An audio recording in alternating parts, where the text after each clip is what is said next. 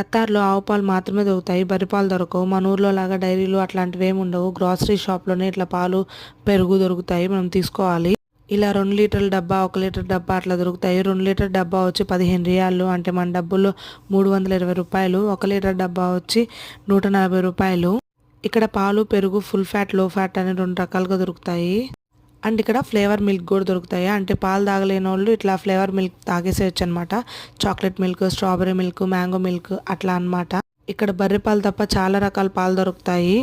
Almond milk, cashew milk, goat milk, అంటే అదే అండి మేక పాలు.